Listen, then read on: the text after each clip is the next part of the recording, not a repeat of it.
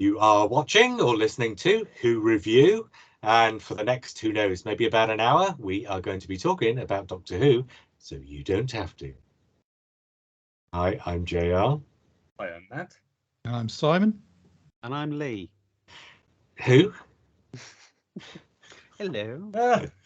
It's been a while, Lee. This is Who Review? Who Review? I've been on holiday for 6 months. Okay.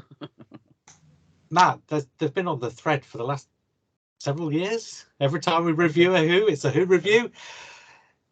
This time, though, is a little bit of housekeeping before we start, because there were, a bunch of us who were doing the recordings, and because of the logistics involved, some of us recorded last night, some of us are recording tonight. So there will be two videos on the feed. So if you're watching this one and you want to watch the other one, which also features Ian and John, that's already on the YouTube feed from last night. The audio, however, for that one didn't record properly. And so the audio version of this podcast was supposed to be that one first and this one after. But because the audio and that's not so good, I'm putting this one on first and then the other one after. So if anybody's really sensitive about the audio, they can turn it off halfway through. Although I have to say the audio is not that bad. It's not a bad idea for the future, is it? Because if we had two versions, so the listeners can choose whichever opinion most aligns with their confirmation bias. The other one was very interesting, and I have to be open about the fact that I penetrated Strangers in Space doubly because I was in the other review as well as this one. Matt so I'm wanted going to be to offering a completely different view today. Well, I've already got your score from last night, Matt, so you can't change it. I have written it down. Right, let's go round the table and let's do a very brief, in a nutshell. Did you enjoy it? Lee, seeing as it's been a long time since you've been here, did you enjoy it? I thought J&T did a great job last night, hence the shirt. I thought RTD did a great job last night. I love. Did anybody think CC did a great job last night? Simon, did you enjoy it? Eventually. Oh, that kind of tallies with mine a bit. I thought it was a bit clunky at first, but it won me over about halfway through. And from then on, I really enjoyed it. In fact, I noticed that literally at the halfway stage was the perfect point for a cliffhanger. So I wonder if at any point there was ever a time when this might have been two 45-minute episodes, because literally on the 45-minute mark, the Master regenerates into the Doctor or vice versa. Anyway, Matt, we don't need to ask you because the listener will be able to find out your opinion later on. So we'll move straight on.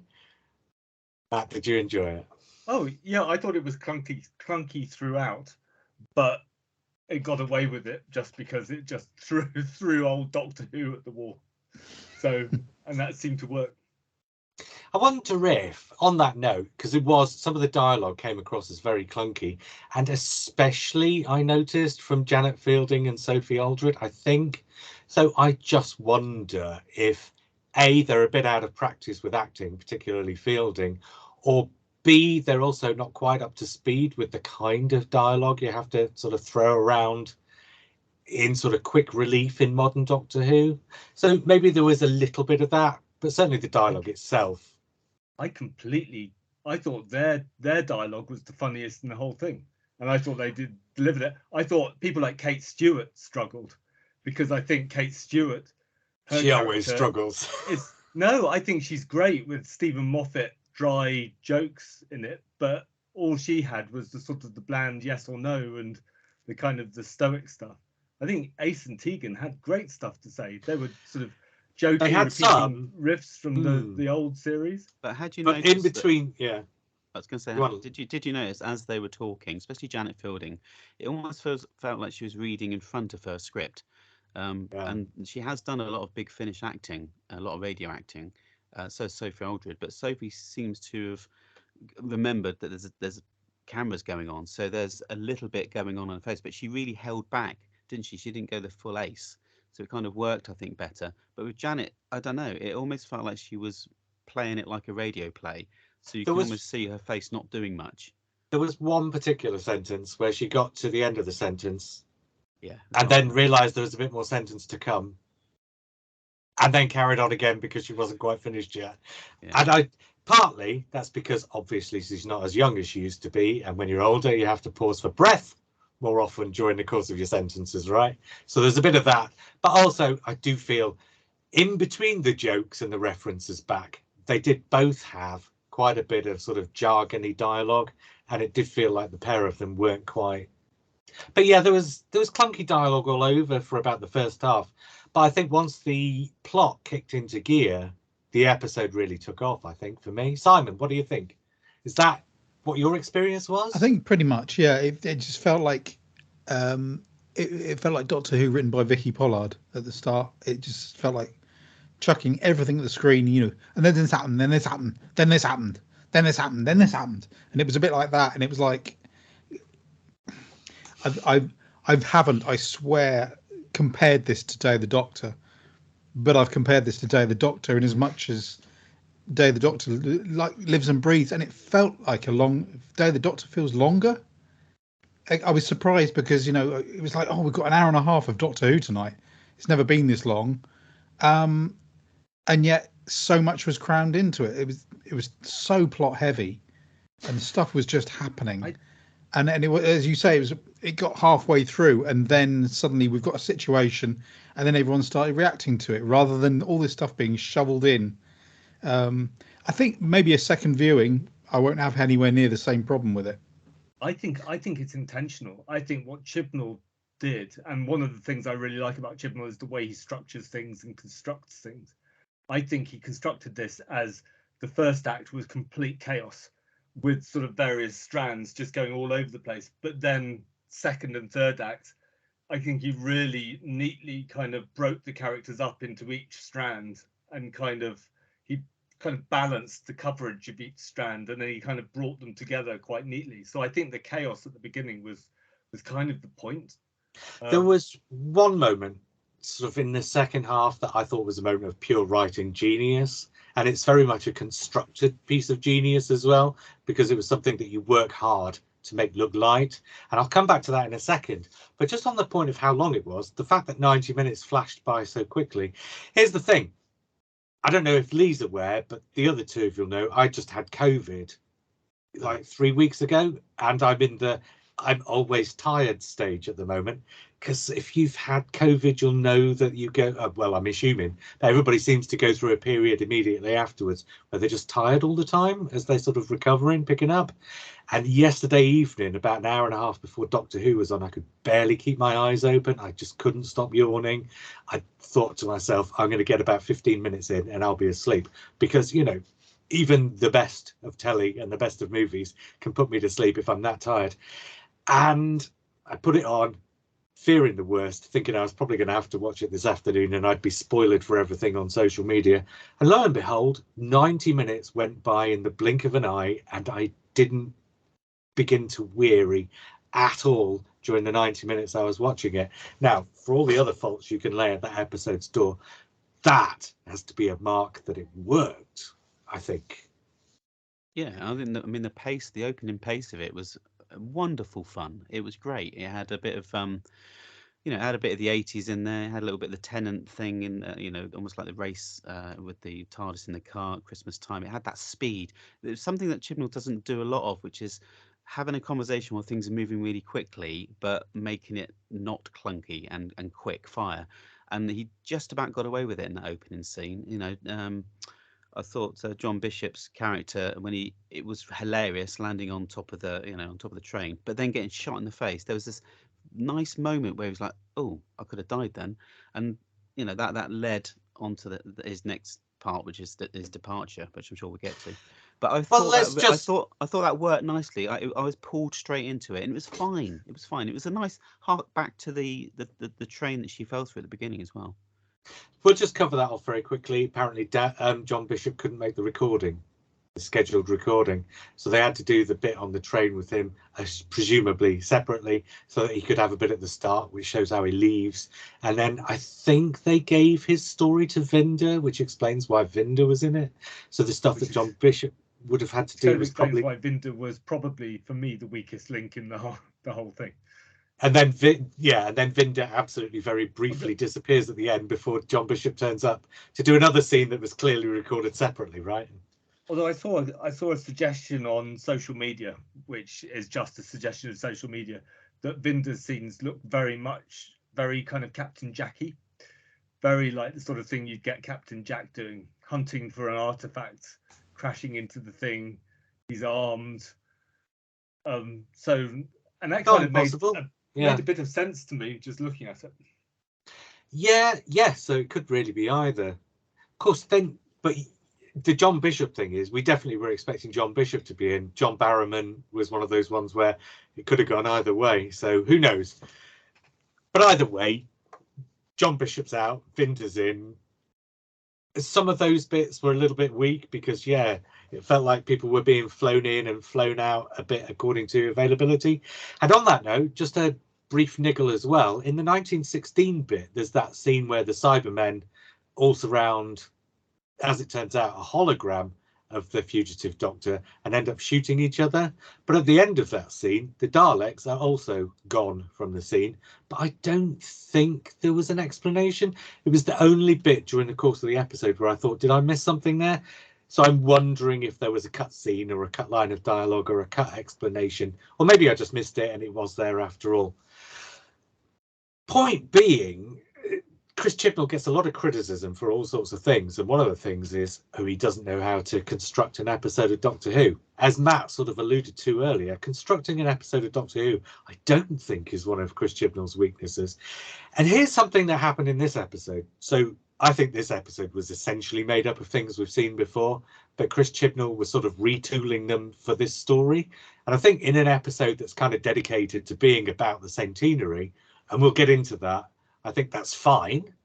And in a sort of an episode that's supposed to be a celebration of some kind, like Day of the Doctor or the Five Doctors or something like that, I think that's fine. But here's something he did.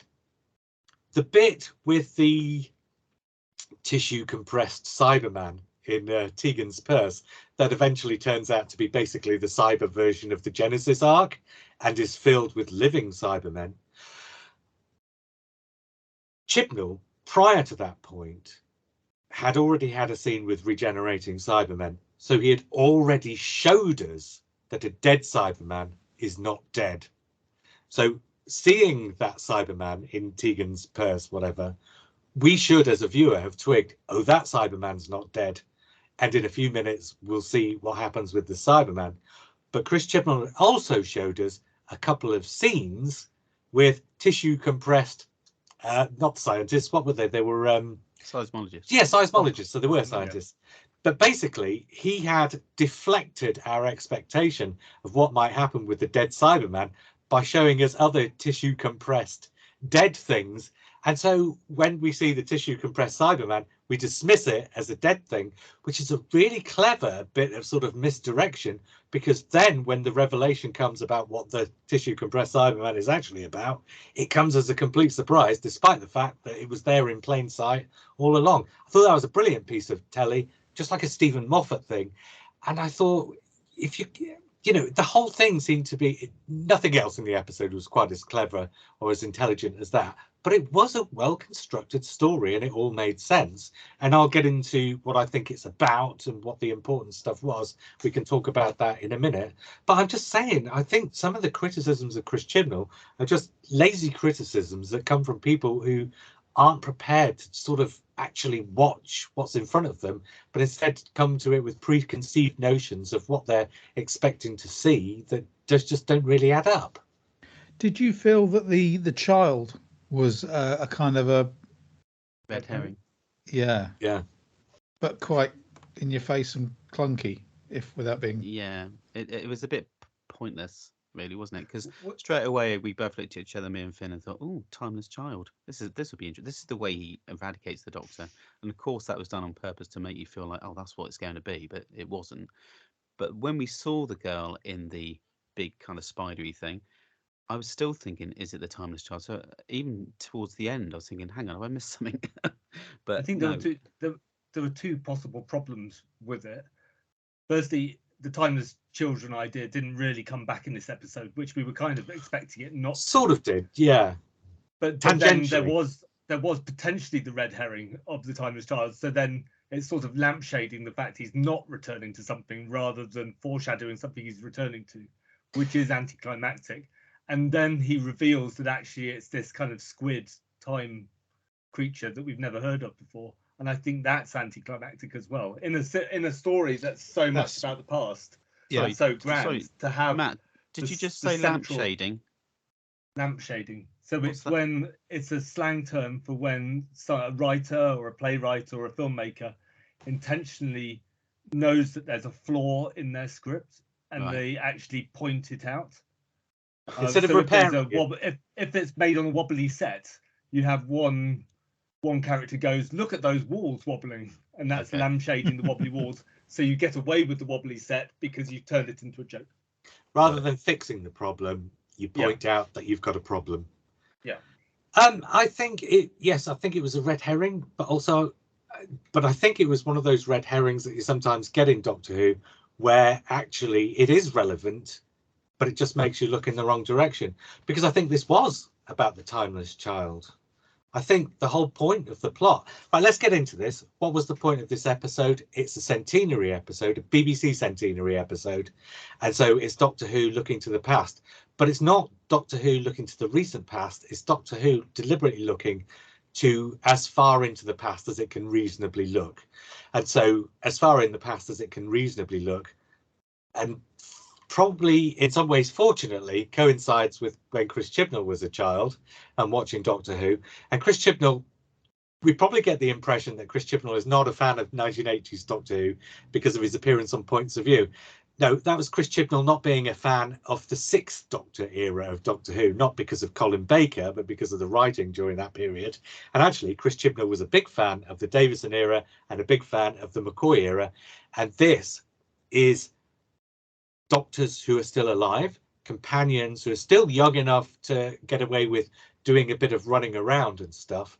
So perfect coalescence of lots of different factors that can bring us an episode of Doctor Who that deliberately leans into the 1980s for, you know, all the sort of peripheral things that are going on in the story. And then you have to have a story that suits those elements, that suits that period, and yet also suits Doctor Who as it is now. And the Master, how many times during the 1980s, because prior to the 1980s, the Master was a character who from one story to the next, there was no continuity whatsoever. I mean, first two stories, Terror of the Autons finishes, and then the very next story, The Mind of Evil, starts with the Master 6 months deep into his next plot, when clearly the audience isn't supposed to reckon that the very next episode of Doctor Who is 6 months on from the last one, because they weren't doing continuity. By the 1980s, they were doing a certain amount of continuity. And one of the continuity things they did with the Master in the 1980s was he's run out of regenerations and he's constantly trying to renew his body in one way or another. First, you have the tree mouse thing. In the Five Doctors, you've got under the regeneration cycle. In Survival, unless I'm totally misremembering, there's something about the narrative of Survival where he's trying to use the power from that planet to sort of re-engineer his lifespan. And then, of course, in the TV movie, you've got exactly the same thing again. And the TV movie obviously is not 1980s, but it's as near to the 1980s as, you know, it is to anything else. And so it's kind of a part of that same period.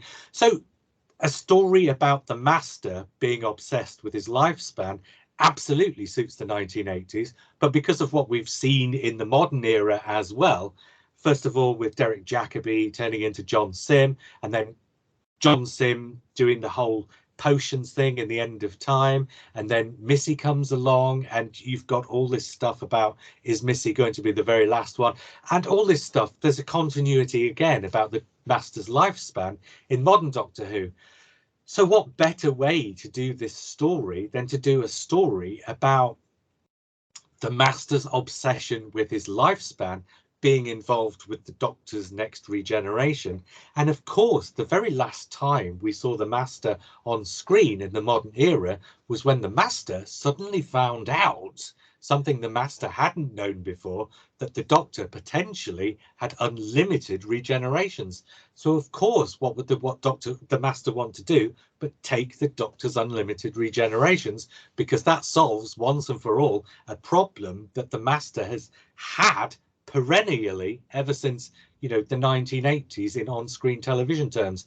So for me, the story was pitched perfectly. It was absolutely the ideal story for this point in Doctor Who and for this point in these characters' lives. So I don't know what, Lee, you want to say something? Yeah, I agree. I think it's perfectly timed for the Master of now. I mean, he brought in quite a lot of the older, John Sim, he had a bit of that there, but he also had a little bit of Anthony Amy, I thought, because the insane plans, the craziness of the Yeah. ideas, they're just ridiculous. And he falls flat again, as always, but he genuinely thinks he's right. He genuinely thinks he's going to get it. And the playfulness and everything else that goes on, it was lovely. And yes, the whole body swap thing, I think I read somewhere, went, oh, this is a stupid idea. I thought it was great. I thought that's exactly what we would want to do, is jump into the Doctor's body, not only to piss off the Doctor, who's still in there, really, going around going, I'm the Doctor, and then destroying people in the Doctor's name, which is obviously a great fun thing to do. But also the fact that he does actually inherently then own that body. The only thing I was disappointed with was that there wasn't a real good crossbreed of the shape of the Doctor. So it would have been great to see a female version of him properly. But maybe they just didn't want to do that. Might have been a special effect too far. Simon, your thoughts on the Master's Dalek plan, as they called it, which was that was funny. That was very funny. I had to explain that to the room. It was. Yeah, I thought it was great. His depiction of the Master, I find a little tiring, because it's kind of all at one level. It doesn't. When we first met him and he was pretending to be someone else, obviously we saw a different side. I know it wasn't him, but then from that point on, when he announced he was the Master, he's constantly uptight, and it's like, oh my God, I'm not sure I can take much more of this. But that sounds like a really wet criticism, because it's not really, because I really enjoy his depiction of the Master. I think he's brilliant, absolutely brilliant. But it'd just like there to be a bit more variety. Yes. But do you think we're just getting to see him excited? We're just getting to see him doing his plan, so he's getting excited. We don't see the 6 months of him sitting down, you know, doing some knitting and going, right, now what shall I do? Oh yeah, that'd be a good idea. Let's write that down.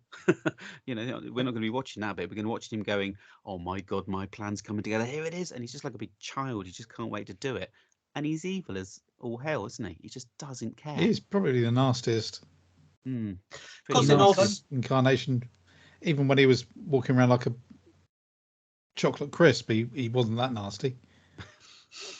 Matt, you wanted to say something? Well, yeah, I think this Master, I like the performance. I think the performance is good. I think it's the dialogue that doesn't work. So the previous Masters have been witty as well, and they've made jokes, and sometimes dark jokes. And this Master is kind of just delivering kind of Ainley level dialogue. And I think one really great line compensating for that. He'd had a few good moments, and actually I think there were good lines in this script, but a lot of them were borrowed from previous seasons, from RTD and from Moffat and from the old series. There was certainly a bit of and that. I really like the Boney M bit, but again, that was borrowed from Sound of Drums. That was an RTD. Yeah. But I think this topped it. I thought it. Yeah, I really liked it. Tonally brilliant. I think that's the thing. When somebody's done something before, it's easy to look at that thing and say, how can you use that thing and make it better and make it more appropriate? And so with sort of the benefit of 15 years of hindsight from that moment in the Sound of Drums, you can sort of engineer situations where you sort of trump that moment by repeating it in a better way, if you know what I mean. The direction of that scene was particularly good, though. Some of those camera shots of the Masters kind of standing there and soaking up the moment were absolutely brilliant. And I found the Daleks and the Cybermen looking at each other incredulously. I thought that was funnier than the similar scenes in Doomsday, the RTD Doomsday, when they start sniping at one another. Oh, do you know that moment when they looked at each other, when they showed that cross shot, I thought, please do what I think they're about to do, and they did, and it just didn't disappoint. It really made me laugh. Me and Finn were laughing a lot. Actually, it's beautiful. What was going on in their brains? I laughed more in this episode than I have done in any other Chris Chibnall script. I think this is the genuinely the funniest Chris Chibnall's, the most jokes Chris Chibnall has managed to bring out of the Doctor Who script. He was doing that thing like a bit like what the Douglas Adams film Hitchhiker's Guide did, which is seem to set up a punchline and not deliver anything. There seemed to be lots of starts of a joke and then no kind of actual joke. There was one particular moment where I think was the Chibnallist moment, was when the Doctor, or Kate Stewart, introduces the Doctor to a new tower block. Yeah. And the Doctor goes, "Oh, you've got a new tower block," and you're expecting Kate Stewart to kind of do a sort of change the batteries in the Raven type dialogue, and she just goes, "Yeah, it's nice, isn't it?" And then they just walk on, and you're thinking, it makes you wonder that's a why. Great placeholder. The script might have just as well have had, "Yeah, that's great, thanks. Square brackets. Put good joke in here, please, script editor." And it just got forgotten about. To be honest, I felt like that for the whole of the Chibnall era, if I'm honest, completely honest. And, and it's just to do with style of writing. Not every writer is a joke book. And but also, yes, that's true. Because look, we've had RTD and we've had Stephen Moffat, and clearly those are two of the best writers in television. Yeah. And every time you get a new showrunner, you're not going to get somebody who's as good as those two. But that doesn't mean the showrunner that you've got isn't decent enough, isn't worth having on the program. And also, with regards to those bits of dialogue, they just sound more like real people, because real people wouldn't make the witty joke, or not most of the time anyway. So but that makes them stand out in a Doctor Who script. And I think I know there's no such thing as a Doctor Who script, but there's always in drama a balance between the different tones and the lightness. Yes, but that's not the point I'm making. I see where you're going with that. So with Broadchurch, you wouldn't throw in Doctor Who humour, would you? At any point, it would just feel utterly wrong. Maybe tonally, especially those moments, are like, yeah, we'll just make them quite natural. Just answer naturally, Kate. Yeah, of course I've got. But it's not. Yeah, it doesn't seem to work. But also, what's the point in that? What's the point in that line of dialogue? What's the point in something written so tightly? You have a line of dialogue which doesn't really go anywhere and doesn't really. Oh, you've got a new tower block. Sounds like, as you say, the set up to a joke. And it costs money. But obviously, we've seen the new tower block, and it's obviously where Unit's based.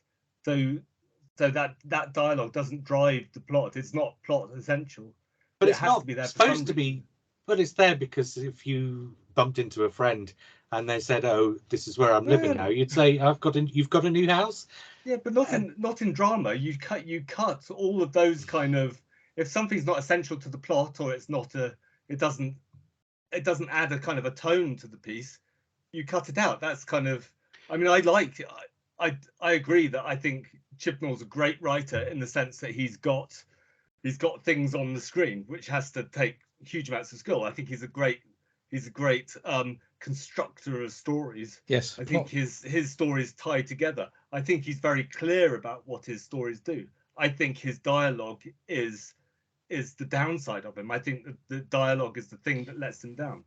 If you have Matt Smith saying to James Corden when he turns up at his house, "Oh, this is a nice house," the way that it would work would be that James would either look at him and go as if to say, "Are you really interested in that?" And Matt might say, "Yeah, I'm doing this badly, aren't I?" sort of thing. So there's a bit of a joke there. You make a thing about the fact that he's trying to be normal.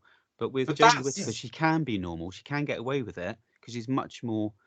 It feels humane, false humane. So the conversation could work, but it was a bit heightened. Because the Matt Smith and James Corden thing happened 12 years ago, and most people watching Doctor Who now aren't thinking back 12 years and saying, "Well, this dialogue isn't like the dialogue they had 12 years ago." Why not? The thing is, Chris Chibnall is a different animal. He is a TV writer through and through, as in a kind of ITV drama, quite dark, quite cold, lots of mystery, lots of plot, lots of things threaded, murder mystery type thing, and therefore the dialogue isn't.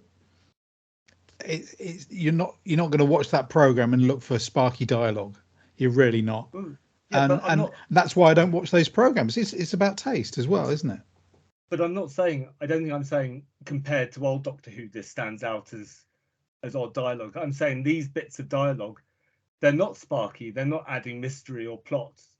That dialogue's just there for no reason. It's not constructing. I mean, it might be emphasising how slightly dull Jodie Whittaker's Doctor is, but that's not something you want to really dwell on. It's there to illustrate.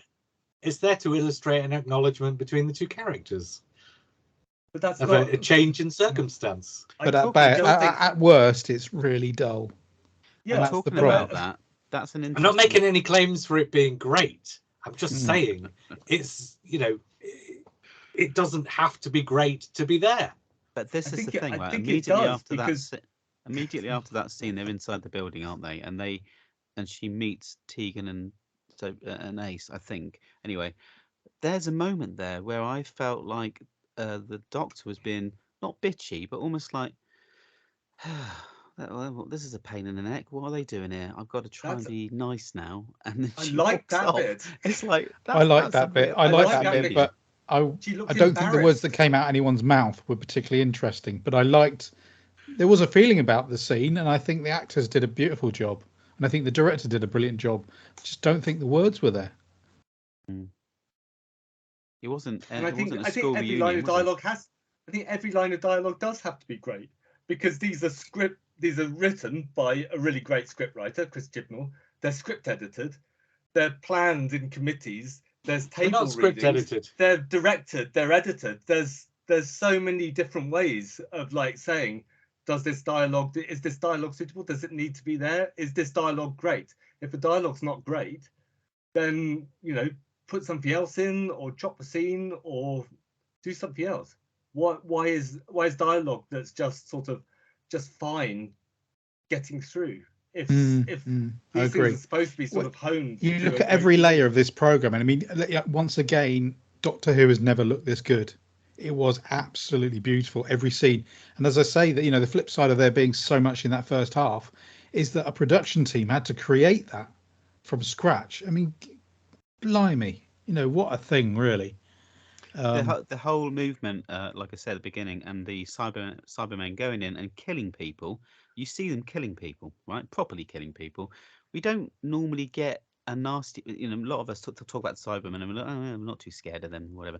But they were properly vicious. They were going in, taking people out without even thinking about it. And when they were all shot and they came back and regenerated, I think that was a really great moment. We knew it was going to happen. It was like, you can never knock these guys down. They're always going to come back at you, and they are walking fast and they're taking you out, and you haven't got a chance.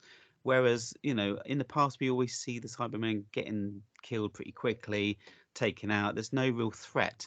So I thought what they did here with the energy, the movement, and everything else, and with the sets and the whole design of it, like Simon says, there was something about this. There was something where Chris must have said to everybody, right, this is my final hurrah. Everybody, balls to the wall. We're going to make this the leanest and greatest we've done. And it does chafe a little bit with a slightly shitty dialogue. It just does, doesn't it? But let's talk about energy. Sorry, just very briefly, energy in Cybermen. I thought that was very neat how he managed to. He's got rid of the Time Lord Cybermen now, because they absorbed the regeneration energy out of them, and they didn't regenerate. I always thought about it. Do you know what? If you were to regenerate in a Cyberman outfit, it'd be fine if it was matte, because obviously they're quite tall. But if I did it, then I'd be really choking because my stomach's quite large. There's no way that I was going to fit in whatever Matt was wearing. But remember, they put James Corden in the cyber suit. Yeah, don't forget, if you were regenerating inside a Cyberman costume, you'd already be in there before you regenerated. So presumably you'd be regenerating into someone thinner. I suspect a Cyberman suit turns you into kind of a tube of toothpaste. So you'd probably bits of you would be pushed up and bits would be pushed down. It'd be finely, yeah. Triple marrow. No wonder they're all pissed off all the time. Well, apparently, when you regenerate, it changes your clothes now anyway, so it's fine. We'll get to that because there's definitely something going on there. And so let's talk about Thasmin, and then we get into all the old stuff. Thasmin didn't become a thing that they did ostentatiously in here. This wasn't a thing that came out in the dialogue or in the action. It was just a thing that was simmering away in the background. And finally, you got a nice subtle scene at the end where nobody had to spell anything out, and it ended on that lovely line about not saying goodbye. And then you got to, and there were a couple of moments where they cut away rather than having to show you stuff. So you got the gist of what was going on without having to, they didn't eke it out too much is what I'm saying. So they did some nice stuff at the end there. I thought they did a really good job of the sort of Thasmin thing. I don't really care enough about either of the characters that I was crying or anything like that, but I thought they did a good job of doing it without it being intrusive. I thought those final scenes were, for me, they're now my favourite final Doctor scenes. I've always found, putting Christopher Eccleston to one side, I found the final scenes of Doctors to be a little bit indulgent, and RTD and Moffat kind of, you know, certainly the Capaldi one, expressing their own forever, views, and this one, Chibnall's is really economical with what he does, and Jodie Whittaker's final moments in Dorset, which is obviously in Dorset. Durdle Door. Durdle Door, yeah. So I thought you said endorse it. No, she returned to the location of Curse of Fenric in order to regenerate. I think that's another ace link.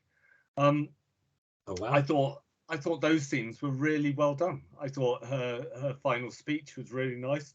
And also the stuff with Yaz, I really liked the ice cream sat on top of the TARDIS eating an ice cream. I think that is lovely. That does sort of tell you what sort of Doctor the 13th Doctor has been more than any other. And of course, that scene is Brian from Dinosaurs on the Spaceship and the Power of Three. Yep. So I mean, it is Chris Chibnall leaning into the past, but again, he's leaning into the past and taking things and either improving them or adapting them so that they're appropriate to this, and it worked beautifully. It was a lovely scene. A lovely scene. It's a shame she didn't give Yaz something to go away with to remember her or something like that. It would have been quite nice if she took her earring off, unless that's part of the plot for RTD's next run. But I suspect it's going to disappoint, because they did have a touching final scene, but I think the actual, love story between them was finished in Legend of the Sea Devils to that extent. It started as well, didn't it, in Legend of the Sea Devils, and ended at the end. Yeah, pretty much. They had a few lines of dialogue, and then the Doctor says, I'm too Time Lord to love properly. And at the time, that felt a bit like, it's going to come back and develop at some point, but it was like didn't in an explicit way. It was like the Timeless Child storyline, in that the story was there to illustrate something about the characters rather than to be a narrative event. So the characters, I mean, clearly the Doctor always has a close relationship with companions, and they leaned into that here because oh god, her name who plays Yaz has got right out of my head. Anyway, so she'd brought something into it that wasn't necessarily in the script right back in the early days, and they'd used that. And why not? Because if it's there and it's on screen and it's happening and it's working, why wouldn't you use it? And so you had a much better version of the thing that the 10th Doctor and Rose went through. So when the 10th Doctor and Rose went through it, there was all this angst, there was all this bringing everything out and bellowing about it and all this kind of stuff. And it was a little bit wearing during the course of the second series. Here, you had all that, but it didn't get wearing. A middle-aged British guy. I'm just saying, all that emotion coming out. Well, it's not the emotion. It was the overbearingness of the way it was written. So I don't think I'm the only one or the only type of person who has an issue with the overbearingness of that storyline in season 2. I think that's quite a common feeling about that second series, regardless of your age or gender. And I'm just saying, I think, again, I think a lot of people of all sorts of ages and genders would agree with me that it was done with more subtlety and, I don't know necessarily with more realism necessarily, but certainly it was done handled much more nicely, I think, here. Yeah, she was properly scared. She was awkward, socially awkward, but also really scared. And she did say "I love you," Yaz, many times, but in a way that wasn't "I love you." And so I love being with you, Yaz. I love this. So that's so awkward. That's such a thing you say to somebody who you utterly love, but you can't really say it. So, or you feel like you can't say it, because if you do and you get in it, you know what's going to happen. You can see ahead. Oh, someone's going to die. I'm going to get old. You're going to be young. Oh, whatever. And it relate that lovely scene between Peter Davison and Janet Fielding was really, really nice. That was both scenes I think they good like that. I think we were talking about Janet Fielding and Sophie Aldred or Janet Fielding's acting as being. I think Big Finish have done them a service though, because it's sort of developed their characters, but also brought them practice in their characters, and also the doctors as well. You could tell that these were kind of Big Finish trained doctors, and it sort of worked. I think Peter Davison was really good in this, and McCoy. Colin Baker didn't get a lot to do. But he didn't get a companion, did he? Yeah. So I did wonder if at some point Colin Baker might get a scene with Kate Stewart, to sort of make up for the fact that Colin Baker didn't have any scenes other than in Dimensions in Time with her, screen father. But that wasn't to be. Maybe that just didn't occur to them. But that seemed to me like an obvious one. What do we think about the fact that they brought the doctors in then? Can I just say very quickly, before you carry on, what does it feel like, JR, for them to absolutely lift a story that you wrote and then put into this episode? How do you feel about them using your material like this? No comment. Exactly like a story you wrote. That's hilarious. How does Paul Cornell feel that they also about lifting JR's ideas for Revelation? I know, but I thought it worked. Yes, because what they did, they're not the doctors, but they're sort of the memories of the doctors as much as anything. Hence why you can see them looking much older and it still works and it doesn't feel odd. There are lots of ways in which you can bring the doctors back and have them older, I suppose, but you've got to try and find a way to do it that doesn't make it feel odd, but that makes it feel natural. And I thought it felt natural enough here. I thought it was a lovely way to do it. And actually, when we had that first scene when they were in the robes on the cliff edge, I thought, oh, maybe that's it. And that's as much as we're going to see. But we saw a lot more, I think, of all of them, really, than I'd anticipated. And so I was really pleased with the way they'd gone about it. And they didn't do any of the modern... I thought it was quite Moffat-y, the way that they... Yeah. It's one of those things where if you're not paying proper attention, you can go, oh, what's going on? Oh, this is just a load of rubbish. How are they turning up? This doesn't make sense. But actually, all the elements are there they're there for you to see if you want to see them, to make these holograms work, and they work because it's been set up. And yeah, I thought it worked great, and it was a great way of having the 3.5 Doctors, whatever it was they did. They did this little comedy drama, didn't they? When the 50th came out, so we weren't included, so we're going to do this.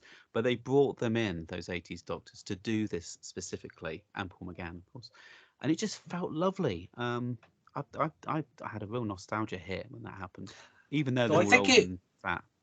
I quite like the Doctors coming back for this.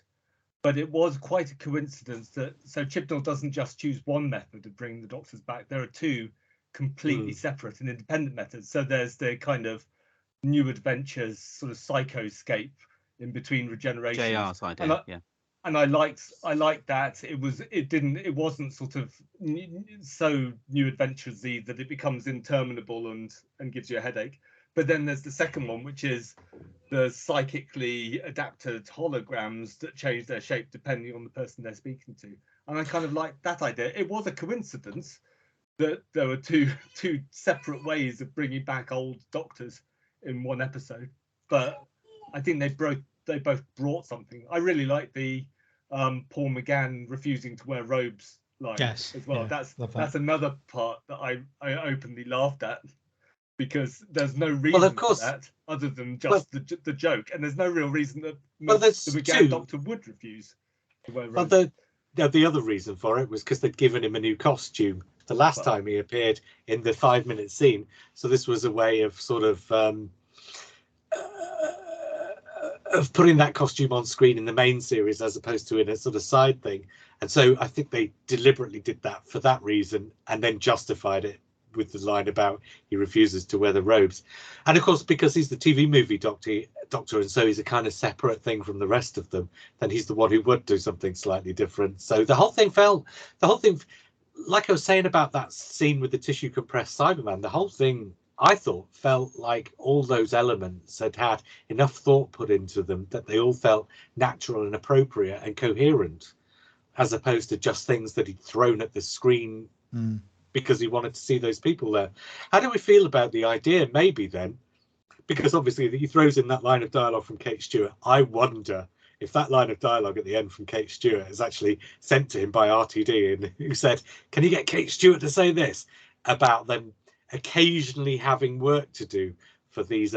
So you could imagine RTD doing an Ace series where every now and again she's joined by Tegan or Polly or, you know, Melanie Bush or one of the others. Such a good idea.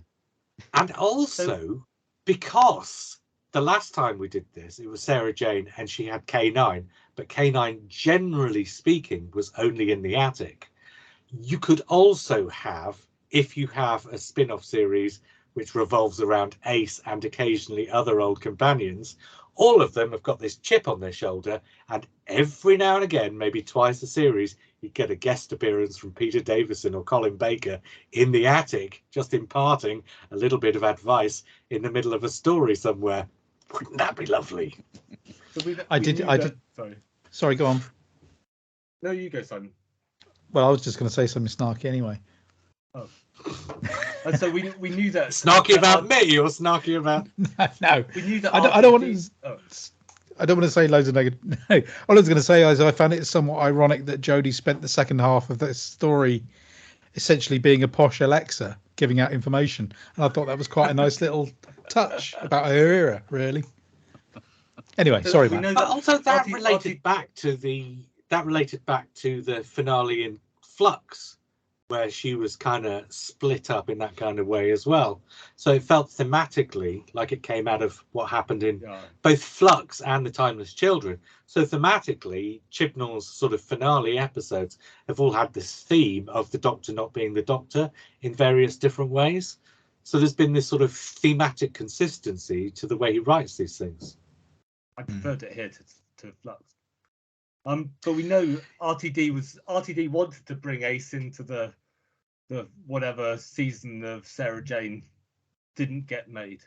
So RTD was planning.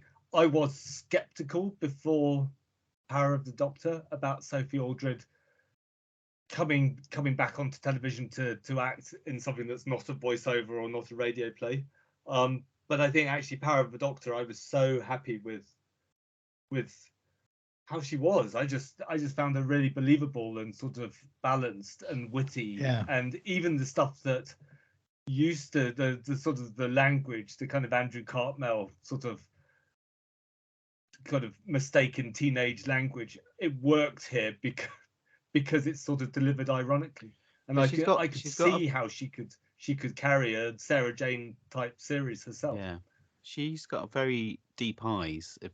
She always had those brown eyes, deep eyes, very thinking eyes. And I think when there are moments where she holds the screen really, really well, and she delivers her lines without too much over the topness, which is just pitch perfect for this.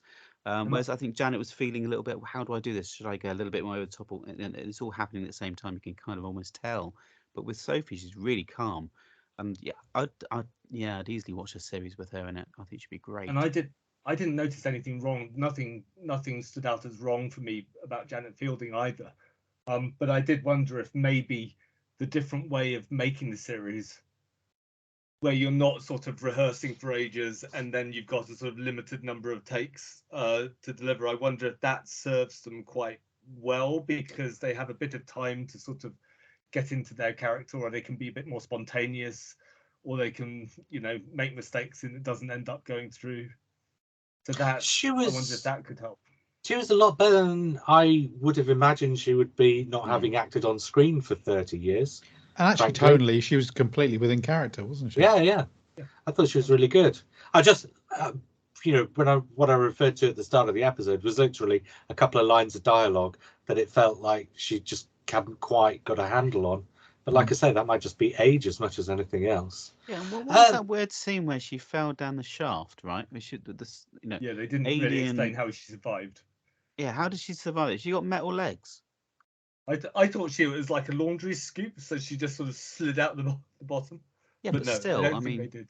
You know, I've got old legs. I wouldn't be able to handle that. I danced all night at a wedding the other night and I couldn't stand up. There's no way I could slide down a shaft. It might have been something, again, that was cut for time or pace or something. I can't. Yeah, I think they probably cut it so that they could have space for Kate Stewart talking to the Doctor about the tower block.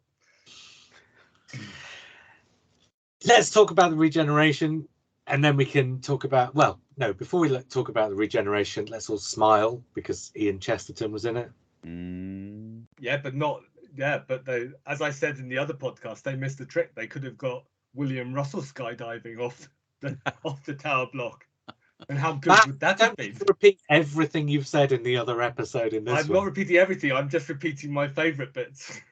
like Chris Chibnall. Do you want to repeat my favourite bit? Was that I was Matt? My favourite bit was the bit where Matt said, "Oh, JR must have seen this episode 4 months ago because he got so much about it." No. That was more of a general point where you get solid facts off Gallifrey base, and by the time they reach the podcast, they become, JR's got a theory. Oh no! And then we stop recording, and then JR explains that he's got his theory from Chris Chibnall or from the script he's read. Well, mostly it's just conjecture, and I'm just conjecting. Okay. Let's talk about last line. Tag, you're it. I thought Brilliant. That was absolutely lovely and very fitting for this Doctor, but also very fitting for Chris Chibnall, because that line is a line about change and it's a line about incumbency as much as anything, because tag, you're it is not just I change to you, but you get to inherit and you get to be the important thing. And yeah, I did feel that line probably was about Chris Chibnall as much as it was about Jodie Whittaker. But for such a divisive period where you've got the first woman Doctor and you've got a writer that the fans love to hate, I thought that line was just a lovely little bit of sort of beautifully apt writing, because it was just, and now we're done. And now the important thing is going to be someone and something else. And I just thought it was perfect. And it just felt right for her Doctor too. Agree. No thoughts, anybody else? No, and also it's mirrored with RTD coming back as much as David Tennant coming back. So there's that. Yeah, because duality. Tag, it goes around in circles, doesn't it? Yeah. It's a beautiful end to a beautiful scene as well. So Durdle Door is perfect. It's the first time that I think the new Doctor's regenerated without companions around. No, that's not right, is it? Outside the TARDIS. First time outside the TARDIS, yeah. First time outside the TARDIS, and it's calm. So she goes out and she sniffs the air and says something, which I don't know something why. About Blossom. I don't know why that line's in there. Or maybe I've missed something, but it's still a nice line. She found the bit on the UK coast where they're not pumping sewage out into the sea. Yeah, that slender part of Britain. Yeah. So she's sniffing the air and going, "Oh, it's beautiful. This is great." And she puts her hands out. And she's got time to do it. And she's held it enough. And it's in her own time. And before you go on, it felt like the Eye of Orion, which of course is another Davison 80s reference. It did feel like that, and it also felt like she wanted to do it on her own. So all the way through this, I felt she's distanced herself from her companions, and she's got a bit of a cold, awkward inability to really connect with people.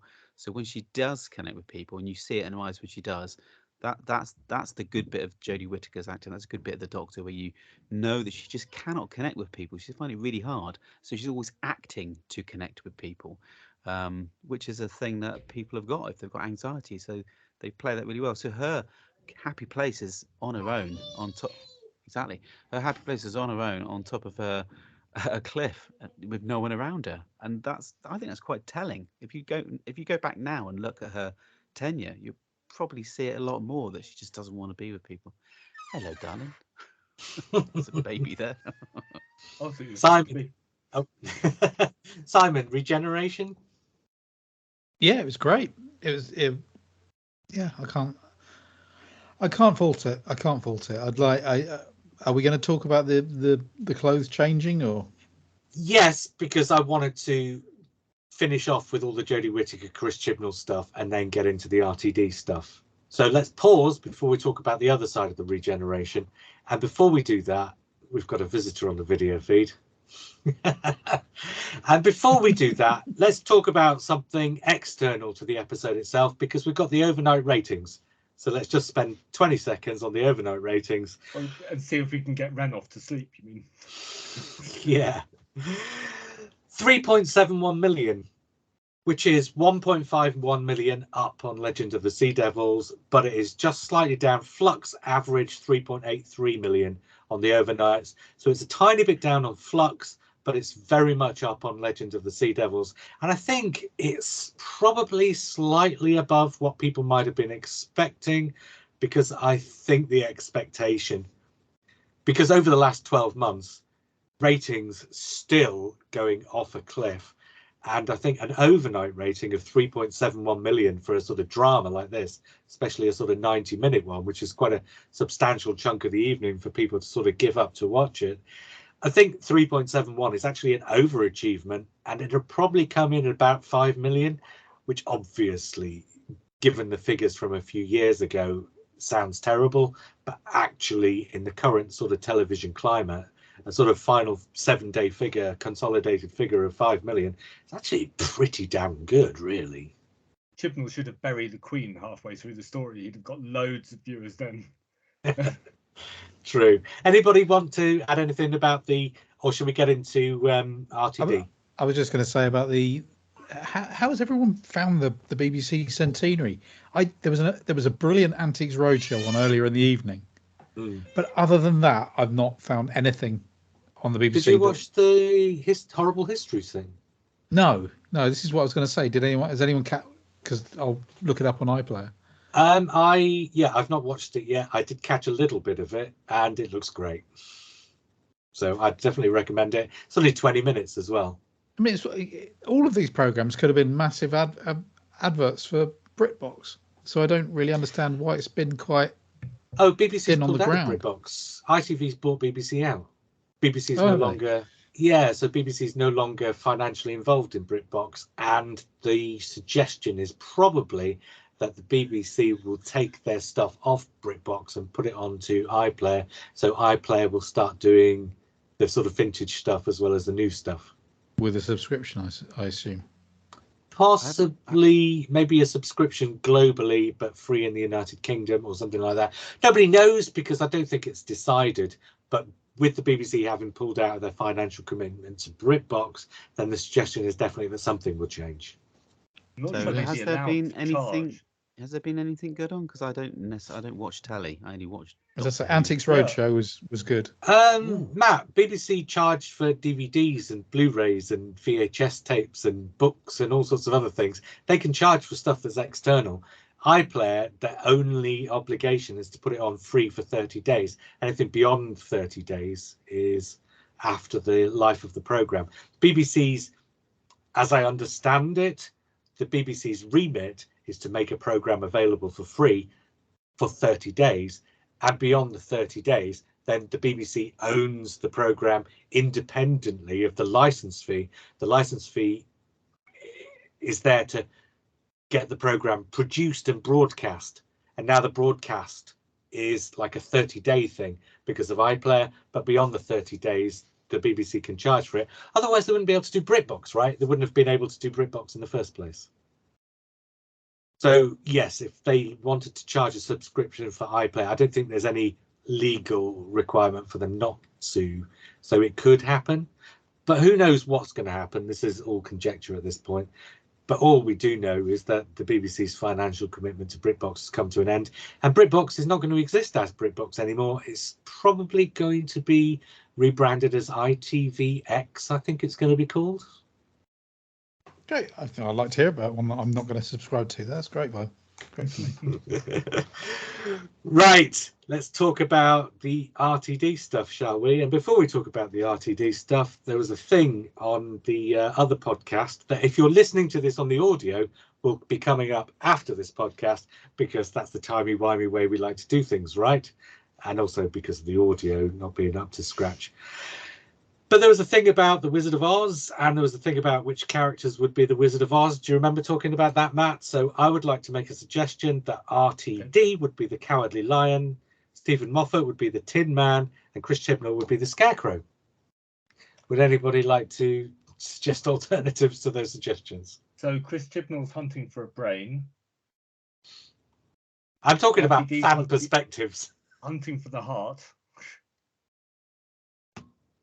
And the Tin Man is? What does the Tin Man go for? It's courage, isn't it? No, I thought Is that no, right? that's the No, lion. Tin that's the lion. Yeah, Tin Man's the Tin heart, Man's the brain. Lion's courage. Tin Man's looking for WD-40, isn't he? I think it's slightly more than that. Right, let's move on, because the listeners can get the other end of this conversation in an hour. On the other recording, we realised that there was a limit to that analogy. Yeah, who's the flying monkey? And I've just demonstrated that. He's the flying monkey. Well, I think you'll find that's Eric Saywood. Right, let's talk about the RTD stuff. Before we talk about what happens on screen, let's talk a little bit about off screen. RTD has confirmed, and I use inverted commas, RTD has confirmed that David Tennant is the 14th Doctor by naming Ncuti Gatwa as the 15th Doctor in a press release. So insofar as this press release is concerned, Ncuti Gatwa is the 15th Doctor, which makes David Tennant the 14th Doctor. Now, I think that's a misdirection. Where it's caused slight problems for Mark Donaldson of this parish, who wrote yes. quite a well-read article for Screen Rant with an easy to grab screenshot of him saying David Tennant will never be the 14th Doctor, and suddenly everybody's been like raking it up and highlighting how you don't think he is the 14th Doctor. I thought the press release said he was the 14th Doctor. No, the press release says Ncuti Gatwa was the 15th Doctor. It doesn't actually say in black and white that David Tennant's the 14th Doctor. One thing it does say briefly is that the 3 specials will all go out in November of next year. Nothing before. There won't be anything for 12 months. And then 3 specials next November before Ncuti Gatwa takes on as the 15th Doctor after that. So that is a confirmed fact. There would be no Doctor Who this Christmas season, and there will be no Doctor Who before November of next year, and then the 3 specials will all go out together. Now, whether that means on 3 consecutive days or 3 consecutive weekends, who knows? I suppose that's to be determined. We'll find out. But no Doctor Who in the meantime. Now, the 15th Doctor, the 14th Doctor. Now, we know that Russell T Davies lies, right? And we saw David Tennant appearing as the Doctor, and although we didn't get a headshot, the regeneration happens in Jodie Whittaker's clothes. And as I remember it, there's this sort of effect runs over the clothes as they turn into the sort of new David Tennant costume, which is happening essentially post-regeneration, because it's not while the orange energy is still flying around. So what's happened there is something has happened post-fact to the 14th Doctor's clothing, which means that something has happened in the way of who the 14th Doctor is, I suspect. Somehow that Doctor's been swapped out, and we haven't had a headshot at this point, I don't think. So I'm trying to sort of put this together, having only watched it once. But the point I'm coming to is, if the three specials revolve around the celestial toy maker, the thing with the clothes indicate that the clothes or something to do with the body is going to be important in the three specials. So I'm going to make a suggestion here that the celestial toy maker has swapped out the actual 14th Doctor's body for a previous Doctor's body in order to mess with the Doctor's head, stroke timeline, stroke whatever, in a fictional sense. And that at the end of the celestial toy maker story, the actual 14th Doctor reinserts himself into the timeline. And so the David Tennant is the Doctor that comes between Jodie Whittaker and Ncuti Gatwa in terms of the off-screen fiction, but in terms of the on-screen fiction, the 14th Doctor as David Tennant is not a real Doctor, but is a Doctor that's been inserted and will be replaced by the real 14th Doctor afterwards in the fullness of time. And I think that's a misdirection from RTD to set that up. I've got so many questions, but I'm going to have to just rein it in. So firstly, Celestial Toymaker's coming back. I'm such a bad fan. I didn't even know that. Oh, sorry, Lee. You bastard. No, it's fine. Okay, so I thought we had degeneration going on, where it went backwards from the Master back into Jodie, but the regeneration power was quite a lot, and she was going backwards. So when she went to regenerate, it was actually degenerating. I thought she didn't go to Capaldi or Smith. No, I know. I'm just wondering whether that was the explanation. I just had it in my head. Obviously that isn't the case then, and I don't think so. No.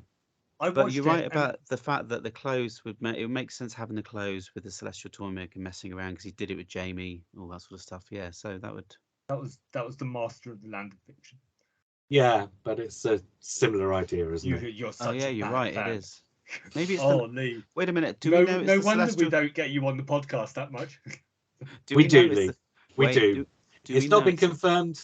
It's not been confirmed, but yes, we do. It's not been confirmed, so it could be the Master of Fiction then. No, we've seen set photographs of him in his lair, which is the toy room, and so on and so forth. Yeah. Oh, big sign saying toy maker above. So I saw that I watched Regeneration, so it didn't fade to black, which was one of my predictions. You didn't have to bring that up, Matt. I was predicting it would be fade to black because I didn't think they would have the guts to have David Tennant in Jodie Whittaker's costume. So that when you saw Jodie Whittaker's costume frazzling up, I was actually trying to excuse yourself, shouting, "You cowards, you cowards!" at the screen. But I thought the costume changed in the process of regeneration, so I just saw it. Maybe it did. Maybe I'm misremembering. They wanted to give RTD. They wanted to give RTD the David Tennant Doctor without having to have him go back into the wardrobe to try and find his old clothes, or without having him in Jodie Whittaker's costume. No, because Russell T Davies writes the second half of the regeneration. He writes there was an effect that went over the clothes to change them. Russell T Davies wrote that. He didn't write that for no reason. He wrote that because he's going to use it. Yeah, I'm less convinced about that. I thought that was just done to get him in. But you thought there was going to be a fade to black. I think there's going to be a twist about the identity of David Tennant and obviously the 14th Doctor. I'm not sure all three specials are going to be Celestial Toymaker though, because we've seen him do a fair amount of outside filming, but that's just for one episode, I think. Not three. Oh, JR's holding up a hand saying 2 because he's got. Have you got some sort of information that you know that?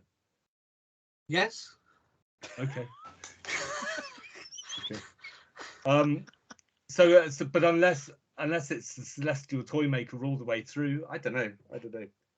There's something going on, but I didn't see that much significance of changing the costume. I just thought they decided to do it this time because RTD wants David Tennant in his costume from the start. And they didn't want to have to deal with him running around in Jodie Whittaker's. Do we have Sasha in the RTD era? Has he signed up to be the Master again?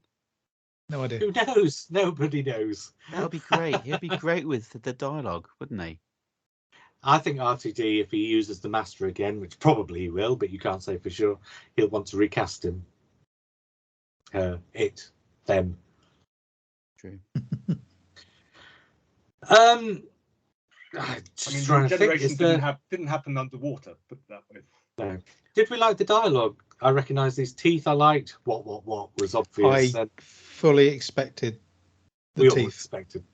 Oh, did you? Yeah. Well, that's it was kind of what I would. Great. I would do because it was always my favourite line about his regeneration. So I thought it was pretty dull because everybody was anticipating it. If you buy the idea that it's not Fade to Black and it is David Tennant, then what is the obvious thing to end on? And that just made it a little bit grinding.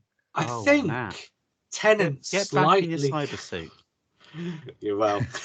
I think Tennant slightly underplayed it, certainly by comparison with the way he was before. And I quite liked that it was a little bit underplayed as compared to how he was before. I don't suppose that necessarily means he'll continue to underplay it, but I think it would be rather nice if he did. Because I'd like to, because the one thing that grinded me about David Tennant the first time around was the overplaying of everything. So I'd like to see a Tennant that underplays it instead. The one thing I was disappointed about was that he wasn't using a Scottish accent, because I thought that the clue in the costume in the tartan suit meant that he was going to come back as a new version of the 10th Doctor with the Scottish accent. But see, I think that plays back into he's been switched out by the Celestial Toymaker, and so this is a sort of photocopy of the 10th Doctor that we had. It would also explain Donna being able to come back without the because if this is kind of a photocopy Doctor. Right, let's patent that now, photocopy Doctor. So he's not the 14th Doctor, he's the photocopy Doctor. He's not the War Doctor, he's not the Fugitive Doctor, he's the photocopy Doctor. Right? Everybody start repeating that now. You're so 80. No, because I don't agree with it. I'm not convinced. Facsimile Doctor. Yeah. Hashtag facsimile Doctor. Or the 14th Doctor, as it could be known. No, I think it's a fake out. I think it's RTD doing a fake out. Anyway, let's give this episode a score. Matt, you've scored it. Do you want to revise your score? No, I still but think... But don't repeat it. So, okay. I still think I'll keep... I was going to say, keep listeners listening to the second half. Well, you can edit it out. Yeah, I liked it. I liked it. I didn't like it as much as Village of the Angels. I still think that was a high point of Chibnall, just because it was really original and it had atmosphere. This you couldn't describe as original. This is like, lots of old things thrown at the screen to see if they stick, but it worked for me. And that was what it was supposed to be, right? It was supposed to be lots of old things. It was the centenary thing, right? So, Lee, do you want to give this one a score? Yeah, it was a really enjoyable visual trifle, wasn't it? Loads going on. It's clunky in places. It does fail sometimes. It's got Chibnallisms in there that are just irritating. The over-explanation of stuff still there, that sort of thing.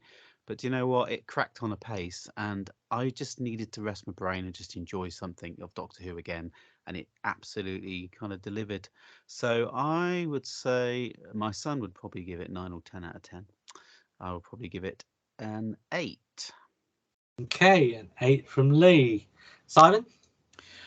All the way through it, I was thinking, this is a 7. This is a 7. This is a 7. Still a 7. This is a 7. But I think the way the regeneration was handled at the end pushes it up to an 8. And also, the way the story was resolved at the end was something that had been in the story all the way through.